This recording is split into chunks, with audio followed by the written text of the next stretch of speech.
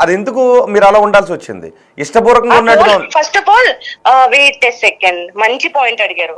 Phone లోని ఇలా video తీసుకొని నన్ను బెదిరిస్తుంది, నన్ను ఎక్స్టార్షన్ చేస్తున్నాను ఏదో చెప్తున్నారు కదా, ఆ ఫోన్ ఎవరిది? అతని ఫోన్. ఆ వీడియో అతని ఫోన్ లో ఉంది. నన్ను రివర్స్ లో బెదిరించి అతను ఏం చెప్తున్నాడు, మీడియాలోకి వచ్చి నేను బ్లాక్ మెయిల్ చేస్తున్నాను చెప్తున్నాడు. How is that possible? సరే, ఎవరెవరిని బ్లాక్మెయిల్ చేశారు అనేది ఒక్కసారి పక్కన పెడదాం, ఆ పాయింట్కి వద్దాం. కానీ ఆ సిచ్యువేషన్ ఎందుకు జరిగింది, మీ ఇద్దరి మధ్య ఆ సీన్ ఎందుకు జరిగింది? ఎన్నిసార్లు చెప్పాలి రోహిత్ గారు? అంటే ఓన్లీ ఈ ఛానల్ కి సెపరేట్ గా చెప్పాలని మీరు నన్ను అడుగుతున్నారా? నేను చూడలేదండి అది, నాకు ఏం చెప్పారో తెలీదు. ఇప్పుడు అతను కంప్లీట్ రోహిత్ గారు అతను వచ్చి ఏవేవి ఎలిగేషన్స్ ఇచ్చారో నిజంగా నేను అవన్నీ మాట్లాడడానికి రాలేదండి. మీకు చెప్తున్నాను, దీన్ని ఎక్స్టెండ్ చేయొద్దు మనం. నేను క్లియర్ గా చెప్తున్నాను, నా దగ్గర ఉన్నవన్నీ నేను మీకు పంపిస్తాను. మీరు అసలు పబ్లిష్ చేస్తారో లేదో అవి అవాస్తవాలు. సరే, మీ దగ్గర ఉన్న ఆధారాలు పంపించండి, కానీ నాకు మీరు సరిగ్గా అన్ని చెప్పట్లేదు. నేను ముందే చెప్పాను స్వామి గారు, నేను పాయింట్ టు పాయింట్ అడుగుతాను. అవసరమైతే వాస్తవాలు తెలుసుకోవటానికి అనుమానం వచ్చిన చోట మళ్ళీ రిపీట్ చేసి అడుగుతాను. అఫ్ కోర్స్ మీరు కాస్ అనుకున్నా పర్వాలేదు అని అడిగాను, మీరు ఏదైనా అడగండి అన్నారు. నా డౌట్స్ క్లారిఫై కావాలి, ఎవరిని మోసం చేశారన్నది కావాలి అని. సో మీరు కొన్ని వాటికి ఇక్కడ ఇబ్బంది పడుతున్నారు, మిగతా సోషల్ మీడియాలో మీరు అన్నీ చెప్పి నేను అడిగిన క్వశ్చన్ దగ్గర మీరు ఇబ్బంది పడ్డారు అంటే జస్ట్ నేను పైగా అది సెన్సిటివ్ క్వశ్చన్ అడగలేదు. నేను మీకు అర్థం కావట్లే, సెన్సిటివ్ అది కాదు. అసలు నేను ఇంకా వాట్ ఎవర్ మీడియాలో మాట్లాడేశాను, నా సైడ్ ఆఫ్ స్టోరీ చెప్పేశాను. నాకు కంటిన్యూస్ గా సేమ్ స్టోరీ మాట్లాడడం లేదు రోహిత్ గారు. అతను ఏదో వచ్చి మాట్లాడారు కదా, అది కాదండి, యాక్చువల్ రీజన్స్ ఇవి అని నేను మీకు పంపించాను అనుకుంటా. అవన్నీ పెట్టేస్తాను, మీరు చూసుకోండి. మీరు తప్పుగా అనుకుంటారు, కావాలని అమ్మాయి అవాయిడ్ చేస్తుందని. యాక్చువల్లీ నేను వచ్చాను హైదరాబాద్, మాట్లాడేసిన తర్వాత మళ్ళీ నాకు రిపీటెడ్ గా కొంచెం ట్రామటైజ్ ఉంది, నిజంగా చెప్తున్నాను.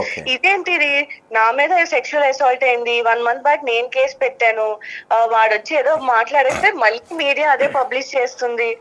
నా సైడ్ స్టోరీ ఎవరు వినడానికి లేరు. అట్లీస్ట్ నేను చెప్పేస్తాను, నేను మీకు పంపించేస్తాను. మీకు ఏది అంటే అంటే ఇంత కామన్ సెన్స్ ఉంటది, వాడు చెప్పేది నిజమా నేను చెప్పేది నిజమా. తర్వాత నేను మళ్ళీ మీతో బిగ్ టీవీకి మాట్లాడాలన్నప్పుడు అతను వీడియో అంతా చూసిన తర్వాత పాయింట్ అది అసలు ఎక్కడా కూడా నాతో సెక్షువల్ అసాల్ట్ అయింది అన్న విషయం అతను ఏం మాట్లాడలే. ఈ వీడియో పట్టుకొని ఆ అమ్మాయి నన్ను బెదిరించి డబ్బులు తీసుకుందని చెప్తున్నాడు. Is that possible? చెప్పండి, నాకు పెళ్ళి నేను అబద్ధాలు చెప్తే వాళ్ళ వైఫ్ ఎందుకు ఉంటది రికార్డింగ్?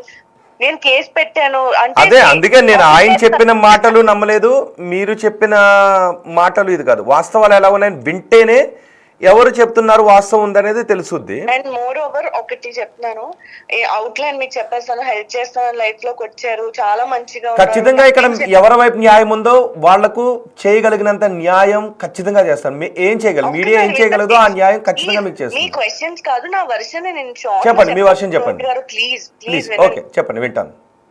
ఇప్పుడు నేను ఒక పాయింట్ లో నించుంటే 100 మంది 100 రకాలుగా అంటారు. నిజంగా సెక్షువల్ అసాల్ట్ అయినా సరే ముందంతా ఇష్టపడి సెక్షువల్ అసాల్ట్ ముందు అయిందా తర్వాత ఎప్పుడైనా అవ్వచ్చండి అమ్మాయితో. ఒకసారి గుర్తు పెట్టుకోండి మీరు. హస్బెండ్ అయినా సరే ఒక రోజు చేసిన తర్వాత సడన్ గా ఒకరోజు సెక్షువల్లీ రేప్ చేయొచ్చు, అబ్యూస్ చేయొచ్చు. That is possible. వాడేదో డ్రగ్స్ తీసుకొని నాతో చేసినప్పుడు ఇట్స్ అన్బేరబుల్. నా బాడీ చాలా ఎఫెక్ట్ అయింది. నేను అప్పటి వరకు ఏ ట్రబుల్ చేయలేదు కాబట్టి అంతా బాగుంది. ఇంకా నేను కోఆపరేట్ చేయలేను, నేను అసలు నాతో అవ్వట్లేదు, నా బాడీ అంతా డ్యామేజ్ అయిపోయింది అన్న దగ్గర నుంచి ఇదంతా స్టార్ట్ అయింది కాదా? మీకు అనిపించట్లేదా? అవును, నేను అనేది అదే. పెళ్లి చేసుకున్న వాళ్ళే మనస్పర్ధలు వచ్చినప్పుడు విడిపోతున్నారు. ఏదో ఒక సందర్భంలో ఏదో ఒక కారణంతో కలవాల్సి వచ్చిన వాళ్ళు విడిపోవటానికి, దూరంగా ఉండటానికి ఏం అవసరం, దూరంగా ఉండొచ్చు, మీరు ఆ కాల్ తీసుకోవచ్చు. ఒకటి చెప్తాను, అవుట్ లైన్ మీకు చెప్పేస్తాను, నమ్మితే నమ్మండి. నాకు అసలు ఎవరు నమ్మించాలని లేదు. ఇంకా ఫస్ట్ థింగ్, లైఫ్ మారుస్తాను, మంచిగా ఉంటాను, ఒక మెంటర్ లా ఉంటాను, నాన్నలా ఉంటానని చెప్పి లైఫ్ లోకి వచ్చారు. అండ్ దెన్ ఫ్యామిలీ అంతా కలిపి అతను ఏదో ట్రాప్ చేసాం అంటే ఎవరండి అలా పంపిస్తారు ఆడపిల్లల్ని? దాంతో మా నిజంగా మీ మీడియా అయితే పోలీసుల కన్నా చాలా బాగా వర్క్ చేస్తుంది, కోర్ట్ కన్నా చాలా ఫాస్ట్ గా వర్క్ చేస్తుంది. నా లైఫ్ స్టైల్ అంతా చెక్ చేయించుకోండి. ఎక్కడో మూల ఒక చిన్న అపార్ట్మెంట్ లో ఉంటాను నేను. కార్ ఒకటి ఉంది, లోన్ లో ఉంది. ఆ కేసు కోసం కుక్కలా కష్టపడి అటు ఇటు పరిగెత్తి జాబ్ చేసుకొని నేను ఆ కోర్టు ఆ హియరింగ్స్ అన్ని బేర్ చేస్తున్నాను. ఇతను వచ్చి లైఫ్ మారుస్తానని చెప్పారు. లిటరలీ స్టార్టింగ్ సెషన్ అంతా హీ డిడ్ ఇట్. నా కేసు మొత్తం అతని చేతికి వెళ్ళిపోయి అతని చేతితో ఒక అడ్వకేట్ పెట్టిన దాని నుంచి మారిపోయింది. కమాండింగ్ చేసి he started telling you have to sleep with me now. నేను ఎందుకు పడుకోవాలి మీతో, నేను అలాంటి చేయనని ముందే చెప్పాను కదా, అగ్రిమెంట్ కూడా ఉంది కదా అని చెప్తే హీ వాజ్ లైక్ నువ్వు అగ్రిమెంట్ అవన్నీ పక్కన పెట్టమ్మా, నీ బాత్రూమ్ వీడియో ఉంది అని చెప్పి అతను ఈవిల్నెస్ స్టార్ట్ చేసి బ్లాక్ మెయిల్డ్ మీ. ఆల్రెడీ మా ఫ్యామిలీ ఇంత సఫర్ అవుతుంది, ఈ వీడియోలు అవి వచ్చి నేను డబ్బులు ఈ రకంగా సంపాదిస్తున్నాను అని చెప్తే ఇంకా నా పరువు ఏంటి, నేను ఆ ఎలిగేషన్ అసలు ఎప్పటికీ తీయలేను. సో నేను చచ్చినట్టు కాంప్రమైజ్ అయ్యి అతని దగ్గర ట్రాప్ అయిపోయి ఉన్నాను. ట్రాప్ అయిపోయి ఉన్నాక ఇప్పుడు ట్రాప్ అయిపోతే కష్టంగా ఉంటామా, ఇంకా అతను చెప్పినట్టు నవ్వుతూ నటించాల్సి వస్తుంది. నటించాను. అండ్ సర్టెన్ టైం తర్వాత July 12th అది ఎక్స్ట్రీమ్ అయిపోయింది. నా హెల్త్ అప్సెట్ అయిపోయింది, పాడైపోయింది. బికాస్ ఆఫ్ పిల్స్ అయి ఉండొచ్చు, అతను డ్రగ్స్ తీసుకొని నన్ను మల్టిపుల్ టైమ్స్ అబ్యూస్ చేయడం వల్ల అయి ఉండొచ్చు. నన్ను flight ticket early morning book చేసి పంపించేశారు.